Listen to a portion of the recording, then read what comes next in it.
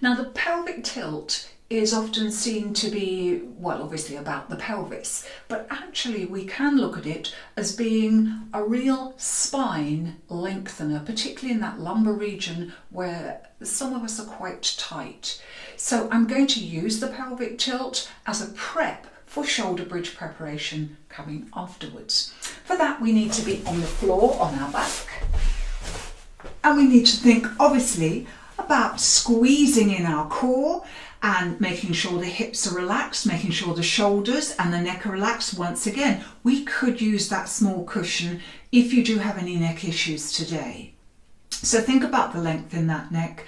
Think about the shoulder blades easing down onto the floor, and we are going to pay particular attention to this area here, the hips and the lumbar region. So you need to make sure the knees aren't dropping in or out and that they fall over the ankles, and the ankles are behind, a little bit of distance behind the hips.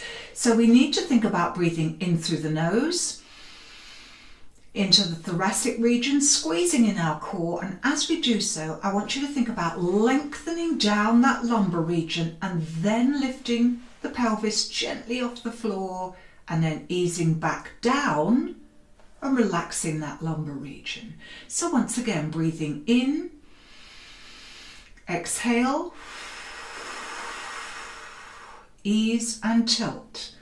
Now this, as you can see, is really helping to lengthen through that lumbar region, and we're only lifting the hips off the floor, not the rest of the spine. You're going to feel some work through the front of the thighs, and you're going to feel a little bit of work perhaps in the glutes, but it is mainly in the core and of course that lengthening of the lumbar region. So if your back is a little bit tight today, this is quite a nice thing to do.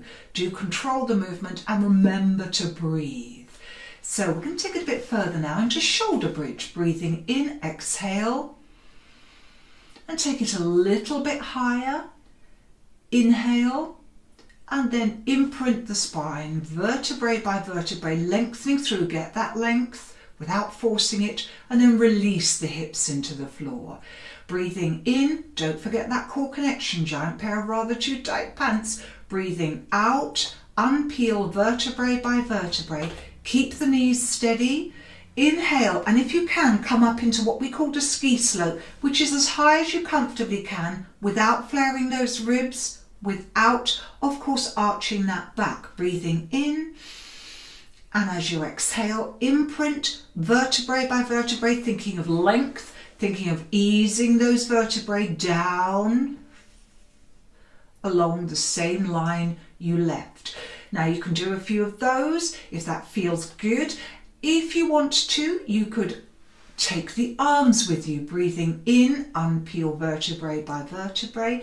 Exhale, watch you're not tensing up through those shoulders.